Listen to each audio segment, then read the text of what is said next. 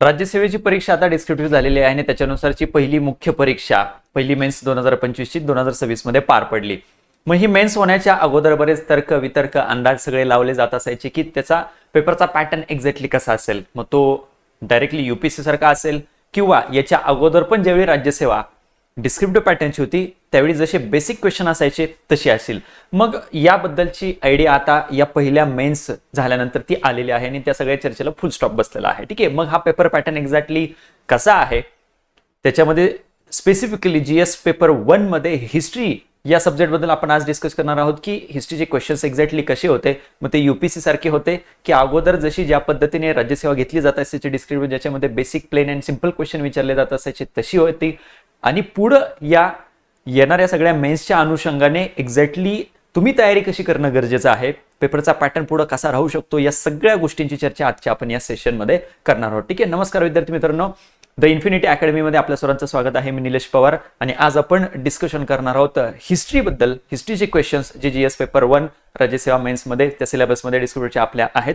हिस्ट्रीचे questions exactly कसे होते, हिस्ट्रीमध्ये आपण जर बघितलं स्पेसिफिकली तर आर्ट अँड कल्चरचा पार्ट आहे. ठीक आहे, विद्यार्थ्यांच्या मनामध्ये ती एक म्हणजे गैरसमज असतो की एन्शियंट मिडिवल नाही, मेन्सला आपल्याला आर्ट अँड कल्चर आहे म्हणजे एन्शियंट मिडिवल मधलाच फक्त आर्ट अँड कल्चरचा पार्ट आपल्याला करायचा असतो. ठीक आहे, मग आर्ट अँड कल्चर त्याचे क्वेश्चन्स एक्झॅक्टली कसे होते, भक्ती चळवळीचा जो मुद्दा आहे त्याच्यावरती एक क्वेश्चन होता, तो एक्झॅक्टली कसा होता. मॉडर्न हिस्ट्रीचा पार्ट आहे आणि वर्ल्ड हिस्ट्रीचा पार्ट आहे. मॉडर्न हिस्ट्रीलाच कनेक्ट करून मग पोस्ट इंडिपेंडन्सचा स्वातंत्र्योत्तर भारताचा त्याच्यावरती देखील एक क्वेश्चन आहे. या सगळ्या प्रश्नांबद्दल आपण डिस्कशन आज करणार आहोत. प्रश्न कसे होते, त्याला कसं लिहिणं अपेक्षित होतं आणि पुढच्या येणाऱ्या मेन्सला कशा पद्धतीने प्रश्न असू शकतात, तर थीम एक्झॅक्टली काय असणार आहे, सिलेबसला पकडून असेल, युपीएससी सारखी थीम असेल, या सगळ्या गोष्टीची आपण चर्चा करणार आहोत हिस्ट्रीबद्दल. ठीक आहे, सुरुवातीला काही बेसिक गोष्टी जाणून घेऊया. जीएस पेपर 1 मध्ये जर आपण बघितलं राज्यसेवेची पहिली ही मेन्स, त्याच्यामध्ये एक्झॅक्टली प्रपोर्शन कशा पद्धतीने राहिलं होतं, वेटेज कशा पद्धतीने राहिलेलं होतं, तर सगळ्यात जास्त वेटेज हिस्ट्रीला तिथं देण्यात आलं होतं. 105 मार्क्ससाठी फक्त एक हिस्ट्री सब्जेक्ट विचारण्यात आला होता. म्हणजे जीएस पेपर 1 जो 250 मार्क्सचा आहे, 250 मार्कांचा आहे, 250 मार्कांपैकी 105 मार्कांसाठी तब्बल हिस्ट्री विचारलेलं होतं. म्हणजे ऑलमोस्ट 42-44% ते मार्क होतात. ऑलमोस्ट आपण समजा की 50% पार्ट हिस्ट्रीवरतीच होता. सगळ्यात जास्त त्याच्यामध्ये जर काय बघितलं, काय क्वेश्चन होते ते आपण जर बघायचं ठरवलं तर ते मॉडर्न हिस्ट्रीवरती होते, त्याच्याबद्दल पण आपण चर्चा करूया. मग जॉग्राफी आणि सोसायटी त्याचा नंबर लागतो. 9 क्वेश्चन होते टोटल. 10 मार्कर काही होते, काही 15 मार्कर होते. म्हणजे सगळ्यात जास्त वेटेज कशाला आहे, जीएस पेपर 1 मध्ये हिस्ट्रीला आहे. आणि ही गोष्ट परत एकदा हायलाइट करून सांगतो की बघा 105 मार्क्स म्हणजे जोक नसतो मेन्सला. ठीक आहे, 105 मार्क्स म्हणजे ती चेष्टा नसते. युपीएससीच्या बाबतीत जर आपण विचार केला तर मागं मेन्सचा जर तुम्ही विचार केला तर 1000 मार्क्स जीएस बद्दल बोलू आपण फक्त. ठीक आहे, 1000 मार्कांपैकी जर आपण बघितलं तर तुम्हाला जीएस मध्ये तुम्ही 400 प्लस जरी मार्क आणले, तुम्ही 400 प्लस जरी मार्क मिळवले फक्त जीएस मध्ये, तरी तुम्ही खूप भारी समजले जाता. युपीएससीच्या बद्दल बोलतोय म्हणजे काय युपीएससी बद्दल बोलतोय, कारण ते एक हायएस्ट लेवलला पोहोचलेली आहे एक्झाम. त्याच्या पलीकडे काहीच असू शकत नाही अशी परिस्थिती आहे सध्या. त्याच्या पलीकडे काहीच असू शकत नाही. त्यामुळे जे काय असणार आहे ते त्याच्या बरोबरीला असेल किंवा त्याच्या खाली असेल. त्यामुळे आपण त्याला पॅरामीटर कन्सिडर करून प्रिपरेशन करायची. ती हायएस्ट लेवल आहे, त्याच्या बरोबरीने काही येऊ द्या किंवा त्याच्या खाली काही येऊ द्या, आपल्याला काही त्याच्यामध्ये प्रॉब्लेम येणार नाही. ठीक आहे, त्यामुळे आपण यालाच सेंटर पॉईंट मध्ये ठेवून सगळ्या गोष्टी पकडायच्या आहेत, कन्सिडर करायचे आहेत, अभ्यास प्रिपरेशन करायची आहे. ठीक आहे, जीएस बद्दल आपण डिस्कस करत होतो की जीएस पेपर मध्ये जर बघितलं 1000 मार्कासाठी आहेत 4 जीएसचे पेपर 250 × 4. याच्यामध्ये तुम्ही 400 प्लस मार्क पाडणं म्हणजे तुम्ही खूप ग्रेट कन्सिडर केला जात असता. ठीक आहे, 450 जर मार्क आले तुमचे, तुम्ही तर मग टॉप 10च आहात. ठीक आहे, तुम्ही टॉप 10च आहात तुम्ही जर याच्यामध्ये 450 मार्क पाडले तर. युपीएससी बद्दल बोलतो आपण. ठीक आहे, राज्यसेवेचा आणखी रिझल्ट आलेला नाही या पहिल्या मेन्सचा, मुळे अंदाज आपल्याला नाही एक्झॅक्टली कशा पद्धतीने मार्किंग दिलेला आहे. सेम युपीएससी वालीच मेथड फॉलो केली की काय केलं त्यांची त्याच्याबद्दल आयडिया नाही. ठीक आहे, तो रिझल्ट आल्यानंतर आपल्याला ते लक्षात येईल स्टुडंटच्या सगळ्या मार्क्स त्याच्यावरून. पण युपीएससीच्या बाबतीमध्ये हे चित्र बघायला मिळतं. मग बघा 400 प्लस म्हणजे तुम्ही लिस्टमध्ये असता आणि 450च्या अराउंड म्हणजे तुम्ही टॉप 10 मध्ये असता. मग आता विचार करा की हे 105 मार्क काय करू शकतात तुम्हाला. मी म्हणत नाही सगळे मार्क मिळतील याच्यामध्ये, सगळे नाही मिळणार, परंतु याच्या कंपॅरिझन मध्ये याचं वेटेज जास्त आहे. तर हा जो पार्ट आहे जीएस पेपर 1 मधला तो तुम्हाला कुठच्या कुठं घेऊन जाऊ शकतो. मुद्दा तो बेसिकली सांगण्याचा तो आहे. मग असं प्रत्येक जीएसच्या पेपरमध्ये काही ना काही एक पार्ट आहे ज्याला वेटेज जास्त आहे, त्याला जरी टार्गेट केलं आपण व्यवस्थित आणि इकडे बेर मिनिमम आपण जरी रायटिंग केलं, त्याचे क्वेश्चन जरी अटेम्प्ट केले, तरी त्या पद्धतीने गोष्टी वर्कआउट होऊ शकतात. ठीक आहे. हिस्ट्रीला सगळ्यात जास्त वेटेज असलेलं तिथं बघायला मिळतं. त्याच्यामध्ये जर आपण डिव्हिजन जर केलं तर त्याच्यामध्ये सगळ्यात जास्त वेटेज बघायला मिळतं आपल्याला मॉडर्न हिस्ट्रीला. मॉडर्न हिस्ट्रीवरती क्वेश्चन्स होते 10 मार्करचे 3, 15 मार्करचे 2. आर्ट अँड कल्चरवरती 2 प्रश्न होते. त्याच्यामधला एक आपल्या कल्चरल हेरिटेज बद्दल, सांस्कृतिक वारशाबद्दल विचारलेला होता. एक प्रश्न विचारलेला होता वारकरी संप्रदायाबद्दलचा, जो भक्ती चळवळीचा पार्ट आहे. ठीक आहे. 2च पॉईंट मेन्शन केलेले आहेत. मॉडर्नच्या वरती तुम्ही जर बघितलं, स्टार्टिंग सिलेबसची सुरुवातच होते की सांस्कृतिक वारसा पहिला पॉईंट आहे आणि दुसरा पॉईंट आहे भक्ती चळवळ महाराष्ट्राच्या विशेष संदर्भात. त्यामुळे त्याच्यावरती क्वेश्चन पहिल्याच मेन्सला येणं एक्सपेक्टेडच होतं. ठीक आहे. खूपच ती ऑब्व्हियस गोष्ट होती. त्याच्यावरती 2 प्रश्न आहेत 10 मार्करचे. मॉडर्न हिस्ट्रीमध्ये 5 प्रश्न आहेत ज्याच्यामध्ये युपीएससीची ऍज इट इज थीम बघायला मिळते. तुम्हाला मी इयरसेट क्वेश्चन सांगतो की कशा पद्धतीने युपीएससीचे ऍज इट इज थीम बघायला मिळते. पोस्ट इंडिपेंडन्स वरती एक क्वेश्चन आहे सेम ऍज इट इज यूपीचा हा क्वेश्चन आहे, आणि वर्ल्ड हिस्ट्रीवरती एक क्वेश्चन आहे तो इझी वाला विचारलेला आहे की साम्राज्यवाद त्याच्याबद्दल प्रश्न विचारलेला आहे. ठीक आहे. बाकी आणखी क्रांतीबद्दल, कुठल्या राज्यक्रांतीबद्दल ते गेले नाही, तर पण इथून पुढच्या अटेम्प्टला तेच जातील निश्चितपणे. ठीक आहे. याच्यामध्ये जर आपण बघितलं सगळ्यात जास्त वेटेज आहे मॉडर्न हिस्ट्रीला. मॉडर्न हिस्ट्रीवरती 5 प्रश्न विचारलेले आहेत. 10 मार्करचे 3 आहेत आणि 15 मार्करचे 2 आहेत. ठीक आहे. तर मग एक करून आपण क्वेश्चन डिस्कस करायला सुरुवात करूया. पहिला प्रश्न क्वेश्चन 1 मुद्दा म्हणून क्वेश्चनचा नंबर पण टाकलाय. त्याच्यातून एक तुम्हाला एक बेसिक आयडिया द्यायची आहे की काय एक्झॅक्टली पेपरचं स्ट्रक्चर असतं, कशा पद्धतीने त्याला लिहिणं, टॅकल करणं तुम्ही गरजेचं असतं. ठीक आहे. पहिला प्रश्न एकदम इझी विचारलेला आहे आणि ही लाईन खूप क्वेश्चन मध्ये बघायला मिळालेले, पहिलीच मेन्स असल्यामुळं. व्हॉट डू यू नो एवढंच विचारलेलं आहे. म्हणजे तुम्हाला जे काही माहित आहे ते लिहा. आपणास काय माहित आहे कशाबद्दल? भारताचा सांस्कृतिक वारसा, भारताचं कल्चरल हेरिटेज, त्याच्याबद्दल तुम्हाला काय माहिती आहे ते लिहा. पहिलीच मेन्स असल्यामुळं फार डिटेलमध्ये गेलेले नाहीत, फार मायन्यूट लेवलला गेले नाहीत. तुम्हाला जे माहिती आहे ते लिहायला सांगितलेलं आहे. ठीक आहे. परंतु याला पण मग 150 वर्ड्स मध्ये लिहिणं ते पण बऱ्याच विद्यार्थ्यांसाठी चॅलेंज ठरलेलं होतं निश्चितपणे. ठीक आहे. कारण आधी प्रॅक्टिस जर केली नसेल तर ते कुठलाही क्वेश्चन चॅलेंज असणार आहे. प्लेन अँड सिंपल जरी एवढा जनरलिस्टिक जरी प्रश्न विचारलेला असला तरी ते चॅलेंजेस असणार आहे. ठीक आहे. आता याच्यामध्ये याला कसं टॅकल करणं गरजेचं होतं, इंट्रो कन्क्लुजन कसं लिहिणं गरजेचं होतं आणि मेन बॉडीमध्ये पॉईंट्स कोणते येणं अपेक्षित होतं त्याच्याबद्दल तुम्हाला थोडक्यामध्ये आयडिया देतो. ठीक आहे. इंट्रोडक्शन मध्ये हा जो क्वेश्चन आहे, या क्वेश्चन मध्ये सगळ्यात कोर पार्ट कोणता आहे तर तो आहे भारताचा सांस्कृतिक वारसा. मग आपली इंट्रोडक्शन, आपला जो परिचय आहे तो त्याच्यावरती असायला पाहिजे. मग इंट्रो याला घेऊन कसं करू शकता? आपल्याला माहिती आहे की भारतामध्ये डायव्हर्सिटीचा मुद्दा, विविधतेचा मुद्दा तर आपण तो बोलतोच भारताच्या बद्दल. भारताच्या बाबतीत आणखी एक मुद्दा तुम्ही बघा, तुम्ही ऑब्झर्व करणं गरजेचं असतं. मॅक्सिमम गोष्टी ज्याला तुम्ही इथं वापरू शकता. ऑब्झर्व करणं गरजेचं असतं म्हणजे काय, तर एक ऑब्झर्वेशन तुम्हाला सांगतो. ठीक आहे. तर इनक्रेडिबल इंडिया नावाचा हा कीवर्ड तुम्ही बघितला असेल, निश्चितपणे कुठेतरी बघितला असेल. आठवण्याचा प्रयत्न करा की कुठं बघितलेला आहे. इनक्रेडिबल इंडिया टॅगलाईन समजू, याला टॅगलाईन म्हणूया. ही टॅगलाईन स्वतः गव्हर्नमेंट ऑफ इंडियाकडून वापरली जाते. कशासाठी? तर कल्चरल हेरिटेज शोकेस करण्यासाठी. इनक्रेडिबल इंडिया म्हणजे टुरिझमला प्रमोट करण्यासाठी ऍडव्हर्टाइजमेंट स्वतः गव्हर्नमेंट करतं. स्टेट गव्हर्नमेंट पण करतं, आपल्याला माहिती आहे. महाराष्ट्र गव्हर्नमेंट पण करतं, महाराष्ट्राचं टुरिझम ज्या डिपार्टमेंट आहे ते करतं. तसंच सेंट्रल गव्हर्नमेंटचं पण करतं. त्यांच्याकडून इनक्रेडिबल इंडिया ही टॅगलाईन वापरली जात असते. मग त्याला वापरू शकतो आपण. हे ऑब्झर्वेशन आपलं असायला पाहिजे, कीन ऑब्झर्वेशन असायला पाहिजे. त्याला निश्चितपणे अशा काहीतरी वेगळ्या गोष्टी, वेगळे वर्ड्स वापरू शकतो. इंट्रोमध्ये काय करू शकतो आपण की भारतामध्ये जगातली 8 आश्चर्य, भारतामध्ये जगामध्ये जे काही 8 आश्चर्य आहेत त्यापैकी भारतामध्ये कित्येक आश्चर्य असलेले बघायला मिळतात. भारत हा विविधतेनं, विविध संस्कृतीने नटलेला देश आहे. एका राज्याची बॉर्डर पार केली की नवीन काहीतरी कल्चरल हेरिटेज तिथं बघायला मिळतं, ते आपण मेन्शन करू शकतो. मग त्याला कल्चरल हेरिटेजला तुम्ही 2 पार्टमध्ये डिवाइड करू शकता, टँजिबल आणि इनटँजिबल. मूर्त वारसा आणि अमूर्त वारसा म्हणजे शिल्पकला आहेत, वास्तू आहेत आपल्याकडे बऱ्याच. ठीक आहे. अमूर्त वारसामध्ये मग बाकी फिलॉसॉफी असेल, ट्रॅडिशन असेल, त्या सगळ्या गोष्टी आपल्याकडे, संत परंपरा, भक्ती चळवळ, हा सगळा वारसा आहे, हा सगळा कल्चरल हेरिटेजचा पार्ट आहे. त्याचा उल्लेख आपण करू शकतो. या सगळ्या गोष्टींमुळे भारताला इनक्रेडिबल इंडिया असं कन्सिडर केलं जातं, असं म्हणलं जातं. बरं तुम्ही म्हणाल मग हे इंग्लिशमध्ये एवढं चालतं, त्याला तुम्ही मुद्दाम इथं कोट टाकलेले असे सिंगल कोट करून तुम्ही तेवढं उत्तरामध्ये मेन्शन करू शकता, तेवढं इंग्लिश चालतं. आपण डिक्लेअर करत असतो इव्हॅल्युएटरला की येस मी माझं मीडियम मराठी जरी असलं तरी मी दुसऱ्या मीडियम मधला दुसऱ्या लँग्वेज मधला एक शब्द इथं वापरलेला आहे आणि मी त्याला कोट करून तुम्हाला सांगत आहे की मी दुसऱ्या मीडियम मधला शब्द वापरलाय. ती गोष्ट तुम्ही करू शकता. म्हणून भारताच्या बाबतीमध्ये इनक्रेडिबल इंडिया बोललं जातं. झाली आपली इंट्रोडक्शन. ठीक आहे. भारताचा जो वारसा राहिलेला आहे मूर्त अमूर्त स्वरूपातला त्याचा उल्लेख करा. जगातल्या आश्चर्यांपैकी भारतामध्ये कित्येक आश्चर्य सापडतात.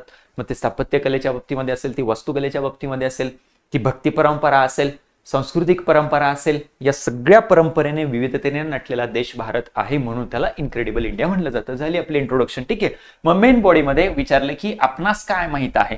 मग याला मेन बॉडीमध्ये जाऊन आपल्याला डिवाइड करता आला असतं. मगाशी जसं सांगितलं की मूर्त वारसा पहिला पॉइंट करता आला असता आणि दुसरा पॉइंट करता आला असता अमूर्त वारसा. ठीक आहे. टँजिबल आणि इनटँजिबल हेरिटेज ज्याला म्हणलं जातं.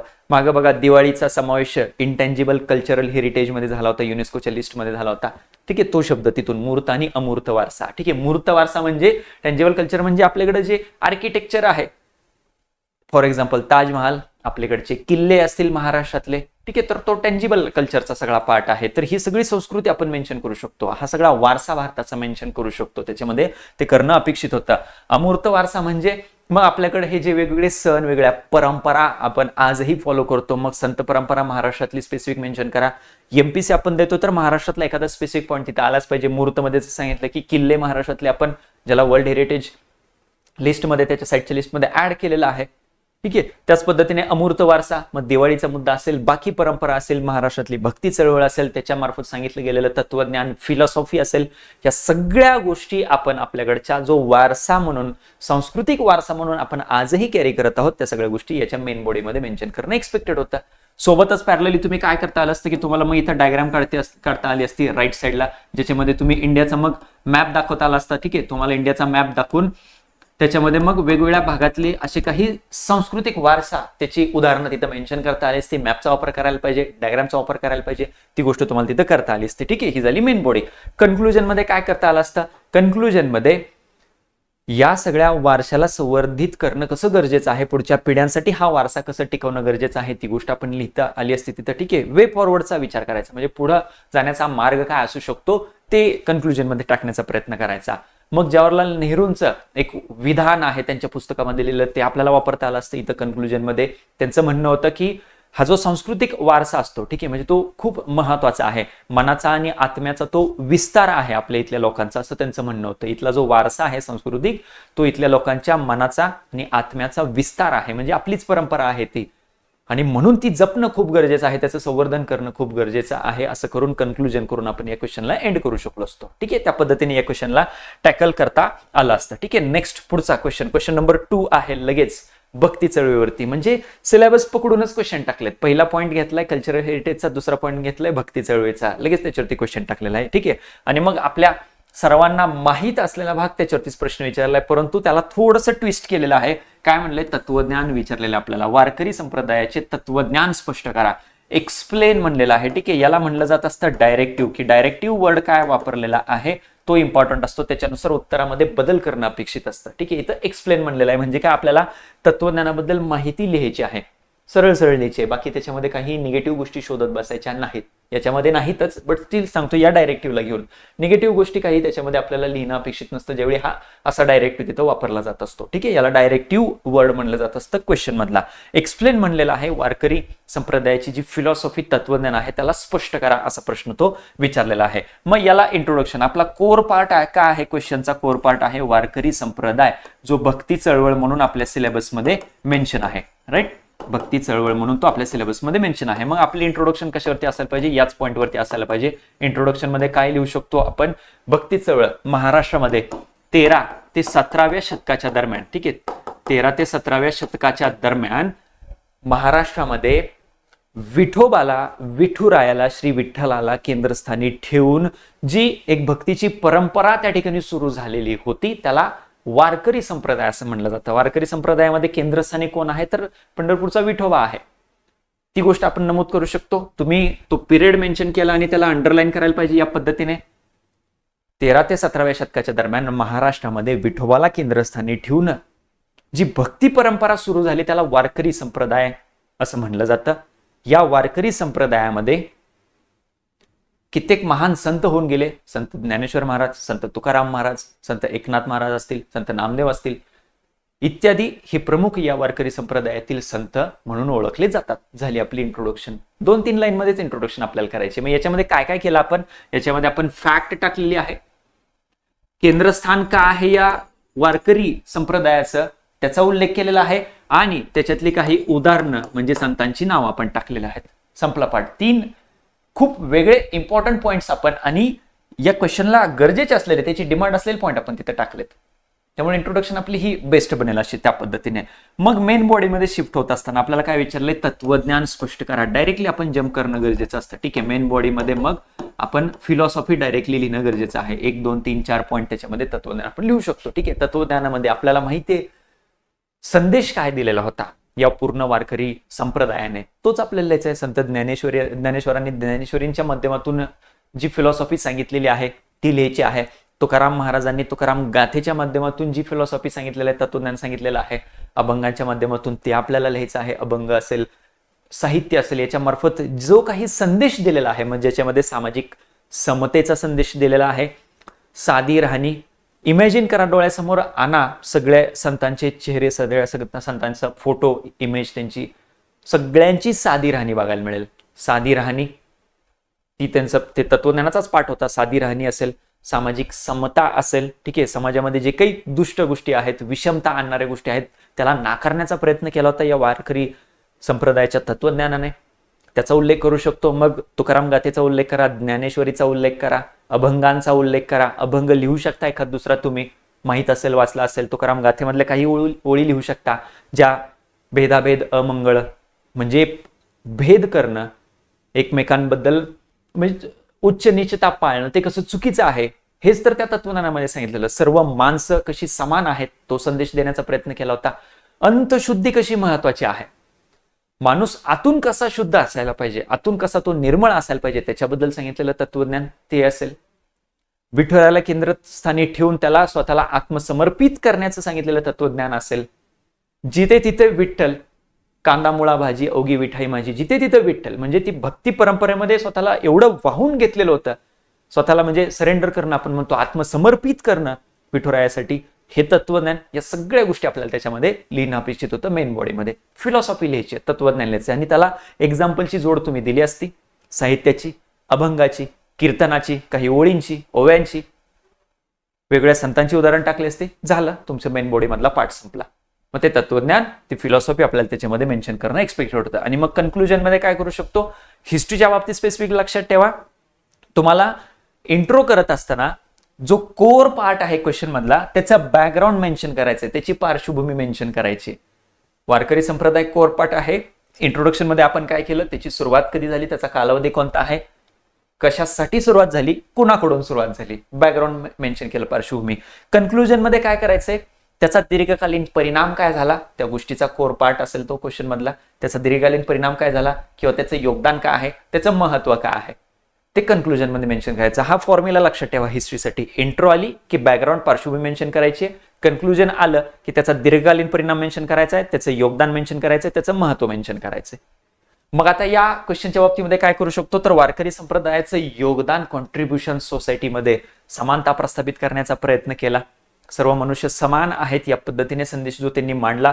त्यावेळीपासून आजपर्यंत या वारकरी संप्रदायामध्ये महत्वाचा एक रोल असलेली, महत्वाची भूमिका असलेली वारीची जी परंपरा आहे ती आज त्याच पद्धतीने, त्याच समानतेने आजही पार पाडली जात आहे. आजही ती तेवढाच समानतेचा संदेश देते. याला जाऊन याला कनेक्ट करून पुढे जाऊन तुम्ही आर्टिकल 15-14चा पण उल्लेख करू शकता, जे नंतर खूप म्हणजे 47ला ज्यावेळी आपण 46 ते 50 पर्यंत आपण जे संविधान निर्मितीचं काम केलेलं आहे त्याच्यामध्ये जो समानतेचा मुद्दा टाकला त्याच्यासोबत कनेक्ट करा की ही परंपरा 13व्या ते 17व्या शतकातली परंपरा समानतेचा मुद्दा संदेश देत आली. संविधानामध्ये सुद्धा आपल्या समानतेचा मुद्दा तिथे नमूद करण्यात आलेला आहे. राईट, भेदाभेद न करणं त्याचा संदेश दिलेला आहे. कनेक्ट करा त्याच्यासोबत, आर्टिकल सोबत कनेक्ट करा, कन्क्लुजन मध्ये बेस्ट होऊन जाईल ते कन्क्लुजन. ठीक आहे, त्या पद्धतीने या क्वेश्चनला टॅकल करणं एक्सपेक्टेड होतं. नेक्स्ट, कामगार चळवळीचे प्रश्न आहे. काय म्हणलंय? 1914 ते 1947 पिरियड दिलेला आहे. डायरेक्टली कामगार चळवळीचा आढावा घ्या म्हणलेला नाही, याच कालावधीतल्या कामगार चळवळीचा आढावा घ्यायला सांगितलेला आहे. या काळातील कामगार चळवळीचा आढावा घ्या असं म्हणलेलं आहे. ठीक आहे, आता इथं बघा डायरेक्टिव्ह चेंज झालाय, रिव्ह्यू म्हणलेलं आहे. रिव्ह्यू म्हणलेला आहे. मग आता याच्यामध्ये काय करायला, रिव्ह्यू करतो म्हणजे काय करतो आपण? रिव्ह्यू, आता बघा एक साधं सोपं उदाहरण सांगतो जे आपल्याशी रिलेटेड असतं. आपण काय करतो? एखाद्या ठिकाणी जायचंय, फॉर एक्झाम्पल एखाद्या रेस्टॉरंटला जायचंय आपल्याला, तर आपण काय करतो की गुगलला जातो पहिल्यांदा आणि त्याचे रिव्ह्यू चेक करतो की कसे रिव्ह्यू आहेत. काही पॉझिटिव्ह असतात, काही निगेटिव्ह असतात, बरोबर. किंवा एकाच रिव्ह्यू मध्ये दोन्ही बाजू मांडण्याचा प्रयत्न तिथं केलेला असतो की हा हे चांगलं वाटलं, हे चांगलं नाही वाटलं, हा मेनू आवडला, हा मेनू नाही आवडला. रिव्ह्यू लक्षात आलं. मग आता तुम्हाला रिव्ह्यू करायचे म्हणजे काय करायचंय की कामगार चळवळ एक्झॅक्टली ती कशा पद्धतीने सुरू झाली, कामगार चळवळीने एक्झॅक्टली काय कॉन्ट्रीब्युशन दिलं आणि त्यांच्या लिमिटेशन मर्यादा, त्यांचं योगदान, मग ते पॉझिटिव्ह निगेटिव्ह नाहीच तर त्याला लिमिटेशन मर्यादा काय होत्या तो मुद्दा आपण त्याच्यामध्ये लिहू शकतो. ठीक आहे, कळला. हा एक डायरेक्टिव्ह. त्या पद्धतीने डायरेक्टिव्ह नुसार आपला आन्सर चेंज होणं गरजेचं असतं. नाहीतर काय होतं की क्वेश्चन बघितला आणि मग जे आपल्याला माहिती ते आपण लिहित सुटतो. तसं करून चालत नाही, त्याच्याने मार्क पूर्ण मिळत नाहीत, मार्क मायनस होतात आपले. आणि मग इथं हे इयर पण लक्षात ठेवणं गरजेचं होतं. मग आपण प्रिलिम्सला नारायण मेघाजी लोखंडे वाचलेले असतात, परंतु त्यांचा हा कालावधी नव्हता, याच्या आधीचा कालावधी होता, त्यामुळे त्यांचा पण उल्लेख करून चालणार नाही. हा फार तर तुम्ही इंट्रोडक्शन मध्ये करू शकता. ठीक आहे, कोर पार्ट काय आहे या क्वेश्चन मध्ये? कोर पार्ट आहे कामगार चळवळ, वर्कर्स मुवमेंट किंवा लेबर मुवमेंट. मग याच्याबद्दल आपण मुद्दा इथं नमूद करू शकतो इंट्रोडक्शन मध्ये. ठीक आहे, याचा बॅकग्राऊंड मेन्शन करायचं. मग असे जसं सांगितलं तुम्हाला इंट्रो बॅकग्राऊंडने सुरू करायची. मग कामगार चळवळ एक्झॅक्टली का सुरू झाली त्याचं बॅकग्राऊंड आपण मेन्शन करू शकतो.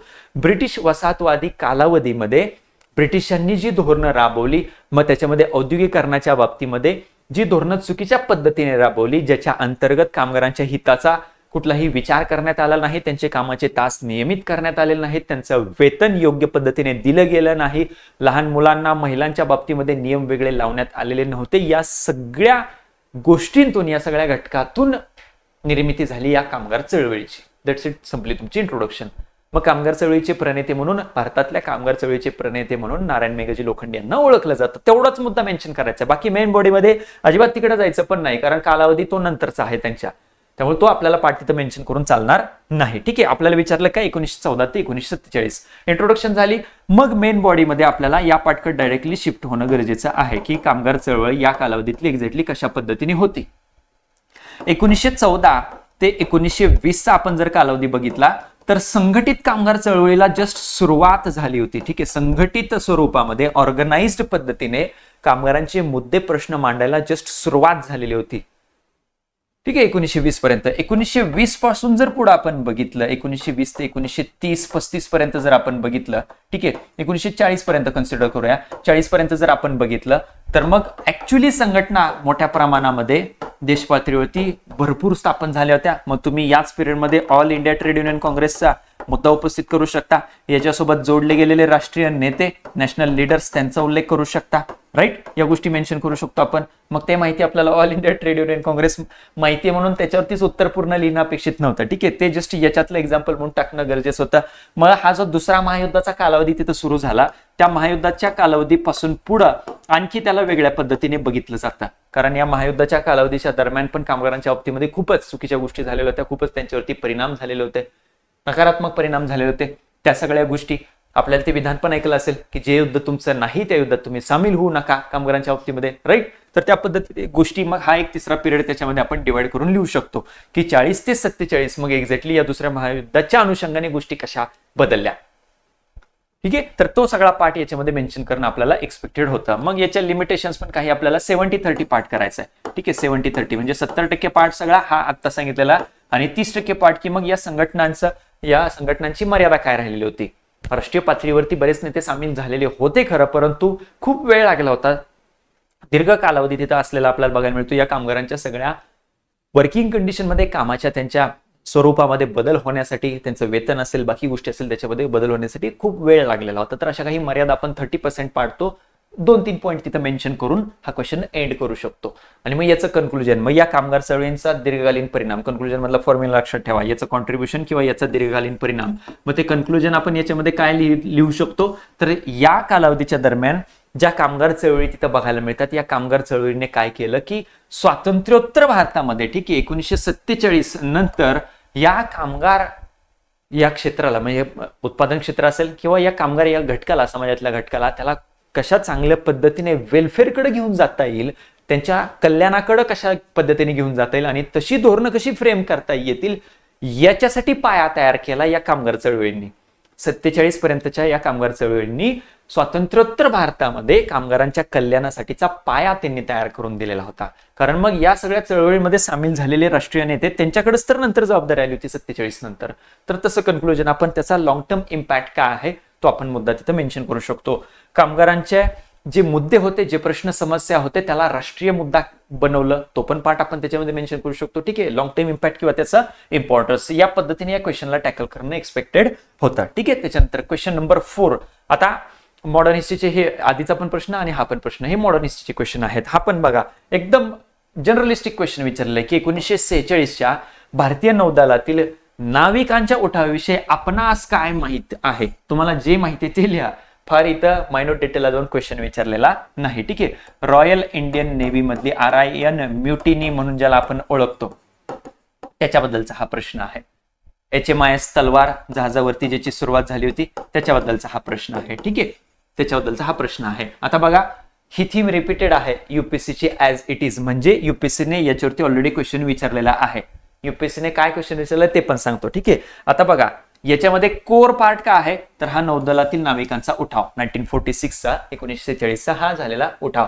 यालाच आपण काय लिहू शकतो इंट्रोडक्शन मध्ये, याचं जे दुसरं नाव आहे ते मेन्शन करू शकतो. याच उठावाला रॉयल इंडियन नेव्हीचा उठाव, रॉयल इंडियन नेव्हीची म्युटिनी म्हणून देखील ओळखलं जातं. कामाचं ठिकाण व्यवस्थित नसणं, जेवण चांगल्या पद्धतीने न मिळणं, सन्मान योग्य पद्धतीने न मिळणं, या आणि अशा इतर कारणांमुळे हा उठाव घडून आलेला होता. झाली त्याची पार्श्वभूमी. ठीक आहे, त्याची पार्श्वभूमी झाली इंट्रोडक्शन मध्ये. मग मेन बॉडीमध्ये आपल्याला काय लिहिणं गरजेचं होतं की त्याच्याबद्दल काय माहिती आहे. मग आपण त्याला डिवाइड करू शकतो मेन बॉडीला, की कॉजेस, कारण पहिल्यांदा नमूद करू शकतो की हा उठाव होण्यामागे कारण काय होती, या उठावाचं स्वरूप एक्झॅक्टली कसं होतं, कशा पद्धतीने हा उठाव झाला आणि याचे परिणाम एक्झॅक्टली कसे झाले, या उठावामुळे पुढे काय झालं, असे मेन बॉडीमध्ये 3 पार्ट आपण करू शकलो असतो. आणि याच्यामध्ये मग एक पॉईंट जे आपल्याला सुचत आहेत ते आपण इथं लिहिणं अपेक्षित होतं. कॉजेस कारणांमध्ये सांगितलं, इंट्रोडक्शन मध्ये पण शॉर्टमध्ये मेन्शन केले, ती कारण आपण तिथे नमूद करू शकतो. सोबतच मग आझाद हिंद सेना, आझाद हिंद सेनेच्या बाबतीमध्ये जे लाल किल्ल्यावरती खटले चाललेले होते त्याचा पण परिणाम, त्याच्यातून पण इन्स्पिरेशन, मोटिवेशन घेऊन यांचे मुद्दे उपस्थित करायला सुरुवात केली होती, ते पण कारणामध्ये मेन्शन करू शकतो. स्वरूपामध्ये त्या HMS तलवारवरतीच तो उठाव झालेला होता, ते कशा पद्धतीने झाला ते शॉर्टमध्ये तिथं मेन्शन करू शकतो आणि त्याचा परिणाम मेन्शन करू शकतो. परिणाम काय झाला, 46 ला झालेली गोष्ट होती, ऑलरेडी प्रक्रिया तर सुरूच झालेली होती सत्ता हस्तांतरणाची, ट्रान्सफर ऑफ पॉवरची, त्याचा वेग यांनी वाढवला. कारण मग झाली काय गोष्ट, HMS तलवार इथं रॉयल इंडियन नेव्हीची म्युटिनी झाली, इथं उठाव झाला. At the same time Ambala या ठिकाणी जो एअरफोर्सचा बेस होता तिथं एअरफोर्सने उठाव केला. बंगालमध्ये आर्मीने उठाव करायला सुरुवात केली होती, म्हणजे आर्मी, नेव्ही, एअरफोर्स तिन्ही विंगने लष्कराच्या उठाव पोकारलेला होता. त्यामुळे ब्रिटिशांना धास्ती याची मोठ्या प्रमाणात बसलेली होती. म्हणून ते स्टेटमेंट वापरलं की याने काय केलं, सत्ता हस्तांतरणाची प्रक्रिया आणखी वेगवान बनवली. त्याच्यामध्ये फार एक्सप्लेन करणं गरजेचं नसतं, ते एव्हिलेटर बघून घेतील. वेगवान बनवली म्हणजे काय झालं, ते आपलं काम नाही एवढं सगळं डिटेलमध्ये एक्सप्लेन करणं, आपण तेवढं एक स्टेटमेंट करून तिथं बस करायचं. ठीक आहे, आणि या उठावाला, हा जो रॉयल इंडियन नेव्हीचा हा जो उठाव झालेला होता, या उठावाला ब्रिटिशांच्या भारतातील वर्चस्वाच्या शवपेटीवरचा शेवटचा खेळा मानलं जातं. ठीक आहे, आता ही गोष्ट काय सांगितली, हा UPSCचा क्वेश्चन आहे, हा UPSCचा क्वेश्चन आहे, हा क्वेश्चन आहे. ठीक आहे, शवपेटी म्हणजे माहितीये, तुम्ही हॉलिवूडच्या मूवी किंवा सिरीजमध्ये बघितलं असेल की शवपेटी असते आणि त्याच्यावरती मग बॅज, एखादा सैनिक वगैरे US आर्मीच्या बाबतीतला एखादा मूवी बघितला असेल तर ते बॅज त्याच्यावरती असा जोरात त्याच्यावरती शवपेटीवरती असं मारत असतात, म्हणजे तो ठोकत असतात, एक ऑनर म्हणून, रिस्पेक्ट म्हणून. तर त्या पद्धतीने शवपेटीवरचा शेवटचा खेळा तो कन्सिडर का केला जातो या 1946च्या रॉयल इंडियन नेव्ही म्युटिनीला, हा प्रश्न आहे UPSCचा. हा क्वेश्चन राहिलेला आहे की 1946चा हा उठाव ब्रिटिशांच्या भारतातल्या सत्तेचा शवपेटीवरचा शेवटचा खेळा का मानला जातो. कारण याच्यानंतर काही झालीच नव्हती गोष्ट, डायरेक्ट मग 47ला तर ट्रान्सफर ऑफ पॉवर झालेली होती. त्यामुळे हा क्वेश्चन आहे UPSCचा. ती लाईन तुम्हाला माहित असेल, PYQ डायरेक्टली लाईन तुम्ही यूज करू शकता तुमच्या कन्क्लुजन मध्ये. याचं इम्पॉर्टन्स काय होतं, तर ही ब्रिटिशांच्या भारतातल्या शवपेटीवरचा, तिथल्या सत्तेच्या शवपेटीवरचा शेवटचा खेळा मानला जातो. याच्यानंतर डायरेक्ट सत्ता हस्तांतरणाची प्रक्रिया झाली. संपलं तुमचं कन्क्लुजन. याचा परिणाम काय झाला, लॉंग टर्म इम्पॅक्ट काय झाला, ते आपण कन्क्लुजन मध्ये लिहिणं एक्सपेक्टेड आहे. ठीक आहे. Next question number 5. गांधींवरती क्वेश्चन युपीएससीचा ठरलेला असतो. ठीक आहे. गांधी युगावरती, गांधी इरावरती एक क्वेश्चन हमखास ठरलेला असतो. Same theme as it is राज्यसेवेने घेतलेले आहे. आणि याच्याबद्दल इथं काय म्हणलेलं आहे, डायरेक्टिव्ह एक्सप्लेन म्हणलेलं आहे. सविनय कायदेभंग चळवळीचे महत्व स्पष्ट करा म्हणलेलं आहे. काय म्हणलेलं आहे, सविनय कायदेभंग चळवळीचं महत्व स्पष्ट करा. ठीक आहे. कोर पार्ट काय आहे क्वेश्चनचा, तो आहे सविनय कायदेभंग चळवळ, सिव्हिल डिसओबिडियन्स मुवमेंट, ज्याला दांडी मार्च, मिठाचा सत्याग्रह म्हणून आपण ओळखतो. मग आपली इंट्रोडक्शन असायला पाहिजे त्याच्यावरती. मग तुम्ही कालावधी मेन्शन करू शकता. 1930 ला ही सुरू झाली, 34 पर्यंत ती सुरूच राहिलेली होती, गांधींच्या नेतृत्वामध्ये सुरू झाली होती. आणि या आंदोलनाचा, या चळवळीचा मुख्य कोर भाग काय होता, तर मिठावरचं कर, मिठावरची मक्तेदारी. झाली तुमची इंट्रोडक्शन. याची पार्श्वभूमी आपण मेन्शन केली. ठीक आहे. त्याच्यानंतर मग मेन बॉडीमध्ये आपण डायरेक्टली या मुद्द्याकडे जम्प करणं गरजेचं आहे. याचं इम्पॉर्टन्स काय होता, याचं महत्व काय होतं. मग त्याच्यामध्ये आपण सुरुवात करू शकतो की गांधींनी मीठच का निवडलेलं होतं, गांधींचं उद्दिष्ट काय होतं मीठच निवडण्यामागं. कारण त्याच्या मागं गांधीचं ऑब्जेक्टिव्ह हे होतं, गांधींचं म्हणणं हे होतं की मीठ ही पाण्यानंतर सगळ्यात जास्त वापरली जाणारी गोष्ट आहे. मग ती सर्वसामान्यांना पण लागते. श्रीमंत असू द्या, गरीब असू द्या, पुरुष असू द्या, स्त्री असू द्या, लहान मुलगा असू द्या, कुणी असू द्या, गोरा असू द्या, काळा असू द्या, सगळ्यांना मीठ वापरावंच लागतं. मग एवढी कॉमन जी गोष्ट आहे, जी दैनंदिन आपल्याला आयुष्यामध्ये, जीवनामध्ये लागते, गरजेची आहे, त्याच्यावरतीच तुम्ही कर लावत असाल, त्याच्यावरतीच तुम्ही मक्तेदारी स्वतःची प्रस्थापित करत असाल, तर ती सगळ्यात चुकीची गोष्ट आहे. म्हणून त्यांनी मीठ निवडलेला होता. म्हणून सर्वसामान्य जनता पण मोठ्या प्रमाणामध्ये सामील झाली होती या सविनय कायदेभंग चळवळीमध्ये. महिला सामील झालेल्या होत्या, विद्यार्थी सामील झालेले होते, पुरुष तर होतेच, सर्वसामान्य जनता उत्स्फूर्तपणे याच्यामध्ये सामील झाली होती. मग ते इम्पॉर्टन्स, सगळं ते महत्व आपल्याला याच्यामध्ये नमूद करणं गरजेचं होतं.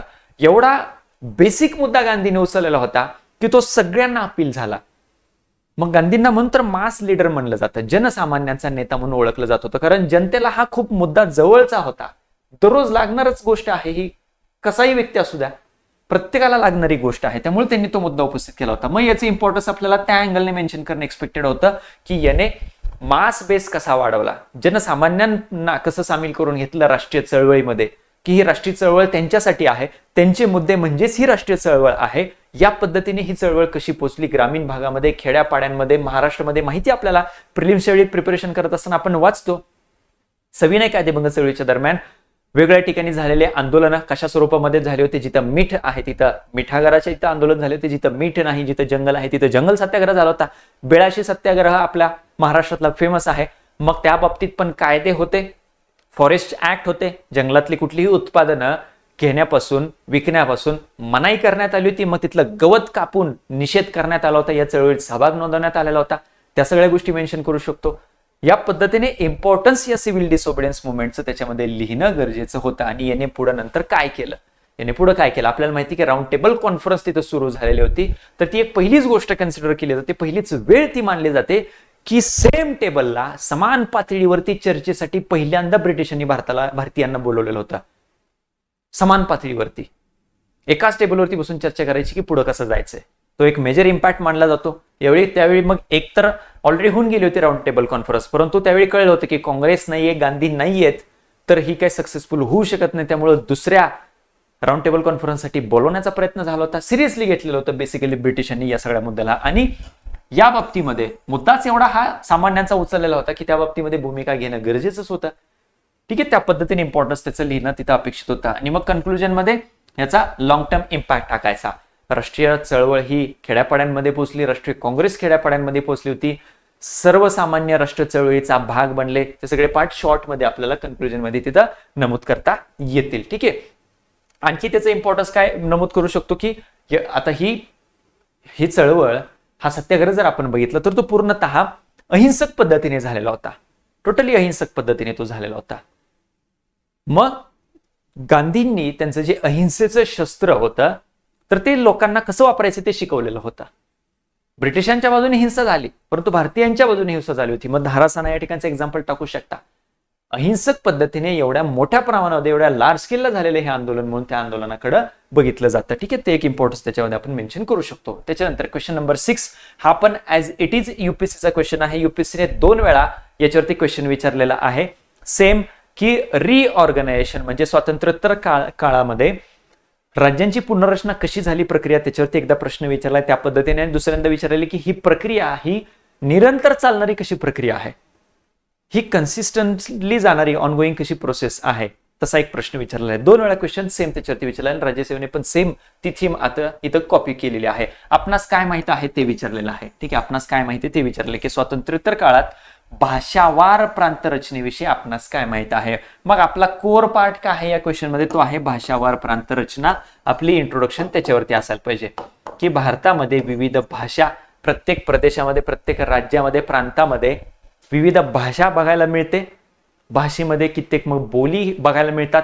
स्वातंत्र्य प्राप्तीनंतर, सत्ता हस्तांतरणानंतर भारतासमोर एक इमिडिएट चॅलेंज म्हणून, एक लगेच तत्कालीन एक समस्या म्हणून किंवा आव्हान म्हणून कोणती गोष्ट काम करत होती, तर ती होती भाषावर प्रांतरचना. कारण मग त्याची मागणी सुरू झालेली होती आणि हे भारतासमोर, नवनिर्माण झालेल्या भारतासमोर एक चॅलेंज होतं, एक आव्हान होतं.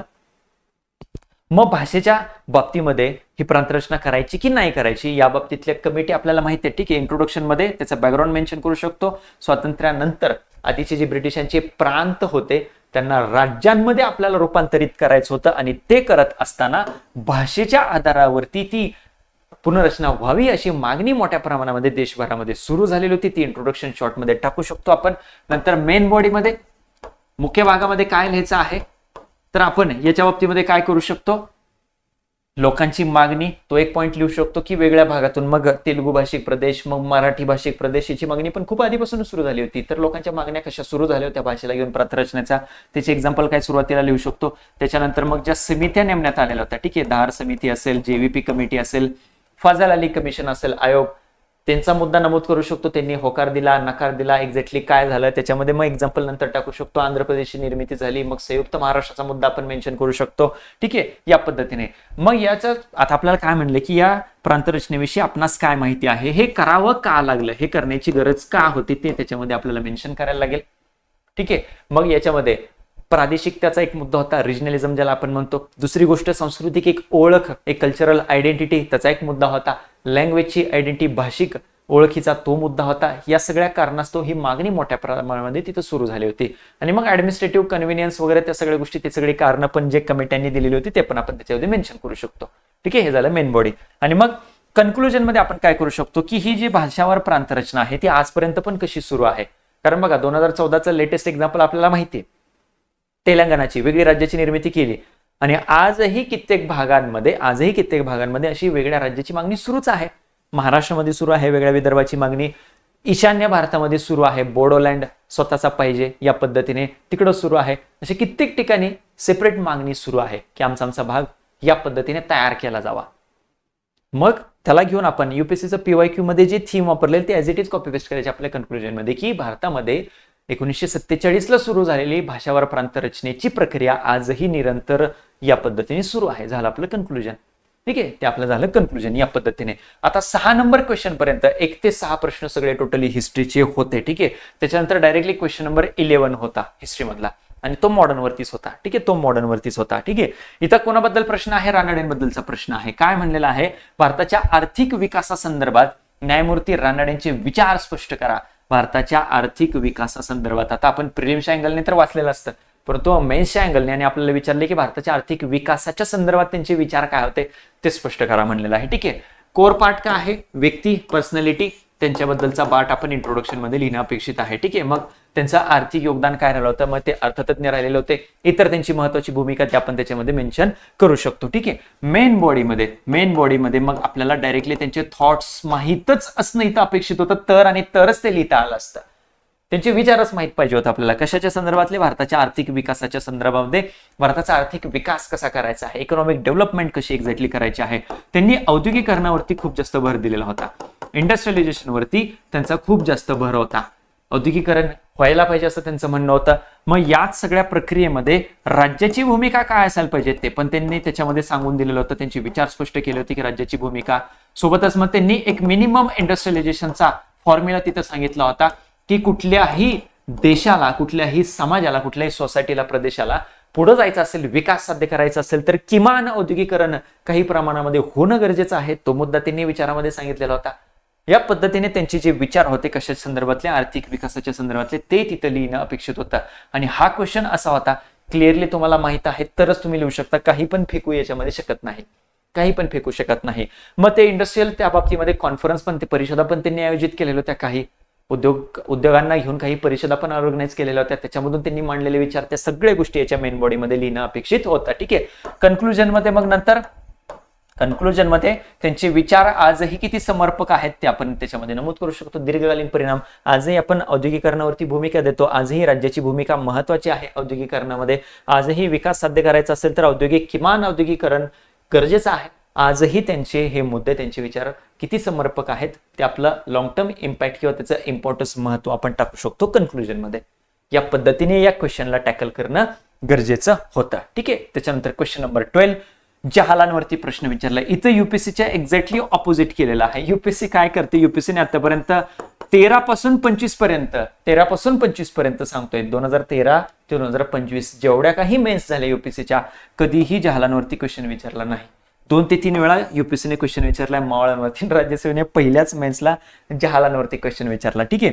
काय म्हणलंय, भारतीय राष्ट्रीय चळवळीतील जहालवादी गटाचा उद्देश आणि कार्यपद्धती स्पष्ट करा. परत डायरेक्टिव्ह इथं तोच वापरलेला आहे, एक्सप्लेन म्हणलेला आहे, स्पष्ट करायचं आपल्याला डायरेक्टली, बाकी काही इथं लिहायचं नाही. त्यांच्या कमी काय होत्या आणि त्यांचं चुकलं काय, बाकी काही गोष्टी त्याच्यामध्ये लिहायच्या नाहीत. आपल्याला 2 पार्ट मेन बॉडीमध्ये करायला सांगितलेले आहेत. काय सांगितलेलं आहे, भारतीय राष्ट्रीय चळवळीमध्ये जो जहालवादी गट होता त्याचा उद्देश काय होता आणि त्याची कार्यपद्धती काय होती. मेन बॉडी मधला पहिला मेजर पार्ट, मेन बॉडी मधला दुसरा मेजर पार्ट. इंट्रोडक्शन मध्ये कोर पार्ट काय आहे, जहाल गट, तो असेल आपल्या इंट्रोडक्शन मध्ये.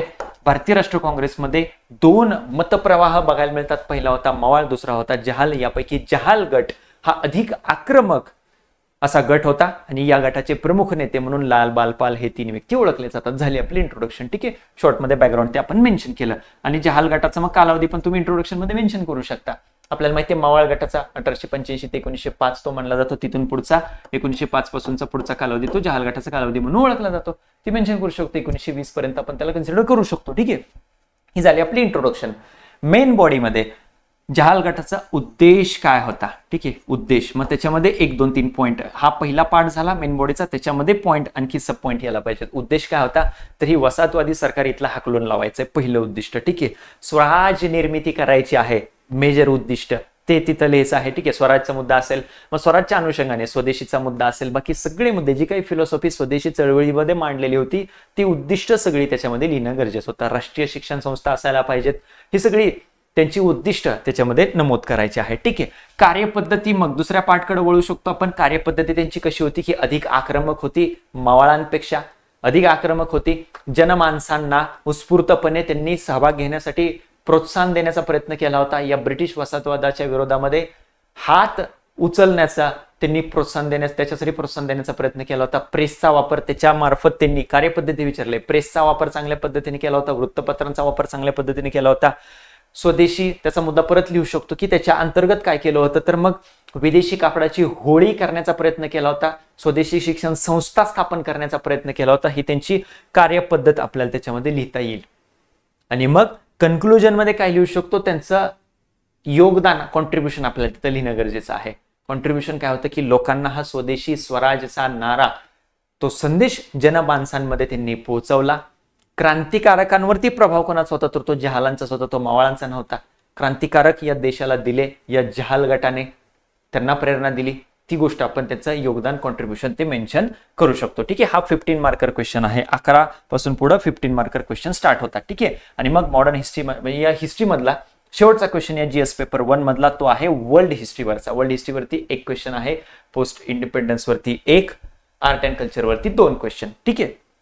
इथं काय म्हणलेलं आहे, आशिया आणि आफ्रिकेतील साम्राज्यवादाविषयी आपणास काय माहित आहे. That's it. एकदम जनरलिस्टिक क्वेश्चन आहे. ठीक आहे. इम्पेरियलिझम कुठल्या रिजन मधलं विचारलंय, 1 आशिया, 2 आफ्रिका. आता याच्यामध्ये गंमत बघा. ठीक आहे. कोर पार्ट काय आहे, साम्राज्यवाद, इम्पेरियलिझम. ठीक आहे. मग इंट्रोडक्शन मध्ये याची डेफिनेशन देऊ शकतो की साम्राज्यवाद म्हणजे नेमकं काय, वसाहत भाग ताब्यात घेणे, त्याला वसाहतीमध्ये त्याचं रूपांतर करणे, कच्च्या माल पुरवणारी एक वसाहत म्हणून त्याला त्याचं रूपांतरण करणे, ठीक आहे, त्या पद्धतीने कच्चा माल देणारी आणि पक्का माल घेणारी अशा पद्धतीने वसाहत तयार करणे, त्याला आपण म्हणतो साम्राज्यवाद. ठीक आहे, त्याच्यामध्येच मग नव साम्राज्यवाद, न्यू एम्पेरियलिझम नावाची एक कन्सेप्ट असते, ती पण तुम्ही माहित असेल तर त्याच्यामध्ये मेन्शन करू शकता. ठीक आहे, मेन बॉडीमध्ये आपल्याला काय लिहिणं गरजेचं होतं, तर 2 पार्ट करायचे मेन बॉडीमध्ये. पहिला आहे आशियामधला साम्राज्यवाद, दुसरा आहे आफ्रिकेतला साम्राज्यवाद. आता इथं बऱ्याच विद्यार्थ्यांनी गफलत केली असणार आहे, किंवा आता पण तुम्हाला हे बघत असताना, हा क्वेश्चन वाचत असताना तुम्हाला पहिला डोळ्यासमोर येत असणार आहे भारत. बरोबर आहे, चुकीचं नाहीये काही त्याच्यामध्ये भारत. परंतु मग आशिया म्हणजे फक्त भारत आहे का? नाही, आशियामध्ये बाकीचे पण भाग आहेत, बाकीचे देखील भाग आहेत. त्या भागांमध्ये देखील वेगवेगळ्या जागतिक सत्तांनी स्वतःच्या वसाहती कशा निर्माण केल्या त्या विथ एक्झाम्पल लिहिणं याच्यामध्ये गरजेचं होतं आशियामध्ये. मग फक्त ते ब्रिटिश नव्हते. ठीक आहे, ती दुसरी एक मिस्टेक बऱ्याच विद्यार्थ्यांनी केलेली आहे. पहिली ही की फक्त भारतच कन्सिडर केलं की फक्त भारताविषयीच लिहायचं आहे, नाही, बाकी पण देशांविषयीच लिहायचं होतं. आणि दुसरा मुद्दा, फक्त ब्रिटिशच नव्हते वसाहती तयार करणारे, याच्यामध्ये रशिया देखील होती, बाकी युरोपियन सत्ता पण होत्या. चीनने पण काही भाग ताब्यात घेतलेला होता, जपानने काही भाग ताब्यात घेतलेला होता. जपान देखील आग्नेय आशियापर्यंत पोहोचलेली होती, जपानने पण तो भाग ताब्यात घेतलेला होता आग्नेय आशियाचा. मग आशियामध्ये आग्नेय आशिया नमूद करू शकतो, भारताचा भाग नमूद करू शकतो. आफ्रिकेमधलं तर सेपरेटली विचारलेच आहे, आफ्रिकेमध्ये कशा पद्धतीने मग या वेगवेगळ्या युरोपियन सत्तांच्या वसाहती होत्या, तो भाग त्याच्यामध्ये मेन्शन करू शकतो. या सगळ्या गोष्टी डिटेलमध्ये या दोन्ही भागातल्या वेगवेगळे एक्झाम्पल देऊन एक्सप्लेन करणं गरजेचं होतं की साम्राज्यवाद तिथं कसा पसरवलेला होता, कसे एक एक भाग त्यांनी ताब्यात घेतले आणि कसं त्याला वसाहतीमध्ये रूपांतर केलं, कसा तिथला कच्चा माल आर्थिक शोषण केलं आणि कसं तिथं पक्का मालाचे त्याला एक बाजार, एक मार्केट म्हणून तयार केलं. या सगळ्या गोष्टी त्याच्यामध्ये लिहिणं एक्सपेक्टेड होतं. ठीक आहे, तर हा हिस्ट्री मधला लास्टचा क्वेश्चन होता. या पद्धतीने हिस्ट्रीमध्ये म्हणजे पहिली जी मेन्स झाली राज्यसेवेची, याच्यामध्ये या पद्धतीने 9 प्रश्न हिस्ट्रीवरती होते. 9 प्रश्न, 105 मार्क, म्हणजे हा गेम चेंजर ठरणार आहे सब्जेक्ट. हा सब्जेक्ट गेम चेंजर ठरणार आहे. 105 मार्क्स. पुढे ट्रेंड असाच राहील का? यस, असाच राहील. पुढे ट्रेंड असाच राहील. ठीक आहे, याच्यामध्ये आणखी गोष्ट नीट समजून घ्या. 11, 12, 13 3 क्वेश्चन आहेत 15 मार्करचे. तर तुम्ही म्हणजे बऱ्याच विद्यार्थ्यांनी ती पण मिस्टेक केलेली आहे. आयोगाने सांगितलं की तुम्ही क्वेश्चन कुठलाही कुठेही लिहा, फक्त क्वेश्चन नंबर तिथं द्या, क्वेश्चन नंबर तिथे द्या. तुम्ही 11 पासून सुरुवात करणं अपेक्षित होतं, 11 नंबर पासून. 11, 12, 13 हे 3 क्वेश्चन्स पटपट पटपट लिहिता आले असते तुम्हाला, 15 मार्कर होते, 15 मार्कर होते. त्याच्यानंतर मग 1 ते 6 क्वेश्चन्स लिहिता आले असते, झालं 105 मार्कचा पेपर तुम्ही पहिले 1-1.5 तासामध्येच कव्हर करणं अपेक्षित होतं. जो आपला स्ट्रॉंग पार्ट राहिलेला असतो पहिल्यापासूनच हिस्ट्री म्हणजे. ठीक आहे, प्रिलिम्सला फॅक्ट आपल्याला लक्षात राहत नाही, तो भाग वेगळा, पण इथं मेन्सला अनालिटिकली त्याला मांडायचं आहे. फार फॅक्ट्स पण गरजेचे नाहीत, थोड्या फार गरजेच्या आहेत. सगळ्याच लक्षात असायला पाहिजेत ॲज इट इज नाही. वर्ष जरी लक्षात असलं तरी मेन्शन करू शकता. तर हे क्वेश्चन्स आणि हे 105 मार्कांचा पेपर आधी टॅकल करणं गरजेचं होतं. तर अशा काही ट्रिक्स असतात. पेपर आधी 5 ते 10 मिनिटं हातामध्ये मिळतो, तर त्यावेळी इमिडिएटली तुम्ही स्ट्रक्चरिंग इथून पुढच्या क्वेश्चनचं स्टार्ट करणं गरजेचं असतं. पेपर हातात मिळाल्यानंतर रफ पेजेस दिलेले असतात आन्सर बुकलेटमध्ये, तर त्याच्यामध्ये लिहायला सुरुवात करण्याच्या अगोदर, ठीक आहे, बुकलेट नाही मिळेल तुम्हाला तरी पेपर जरी मिळाला अगोदर, तरी पेपर बघून तुम्ही स्ट्रक्चरिंग 11 ते 20चं स्ट्रक्चरिंग लगेच डोक्यामध्ये सुरू करणं गरजेचं असतं. तर तुम्ही 5 ते 10 मिनिटं लीड मध्ये राहताय बाकीच्या कॅन्डिडेटपेक्षा. त्यामुळे ती पण गोष्ट, अशा पण काही ट्रिक्स असतात. तर ते हळूहळू आपण पुढच्या सगळ्या सेशन्समध्ये बघतच राहूया. 11 ते 20 क्वेश्चन प्रायोरिटीने कंप्लीट करायला पाहिजेत, कारण 15 मार्कर आहेत, त्याच्यामध्ये जास्तीत जास्त मार्क येणार आहेत. 10 मार्करमध्ये कमीच मार्क येणार आहेत 15च्या कंपॅरिझन मध्ये. तर ते 11 ते 20 आधी कंप्लीट करायला पाहिजेत, मग 1 ते 10 मध्ये यायला पाहिजे. त्यात पण 11 ते 20 मध्ये एखादा डिफिकल्ट पार्ट असेल तर त्याला मागं ठेवा. सोसायटी नाही फार लिहिता येत तुम्हाला, ज्योग्राफी नाही फार ते लिहिते, तर हिस्ट्री लिहा पटकन. 1 ते 6 हिस्ट्रीचे अटेम्प्ट करा, परत मग बाकीचे जा, कारण शेवटी गेल्यानंतर असंही आन्सर कॉम्प्रोमाइजच होणार आहे. तर मग तुमचा डिफिकल्ट वाला पार्ट ठेवा ना तिथं, तो असाही कॉम्प्रोमाइज होणार आहे, त्याला शेवटी ठेवा. या पद्धतीने गोष्टी तिथं काही स्ट्रॅटेजी ठरवून जाणं गरजेचं असतं. मेन्सला जाणं म्हणजे मायन्यूट लेवलला तिथं जाऊन प्रिपरेशन करून जावं लागत असतं. मायन्यूट लेवलचं प्लॅनिंग तिथं गरजेचं असतं. ठीक आहे, तर इथं हे हिस्ट्रीचे प्रश्न सगळे एंड होतात. Thank you so much.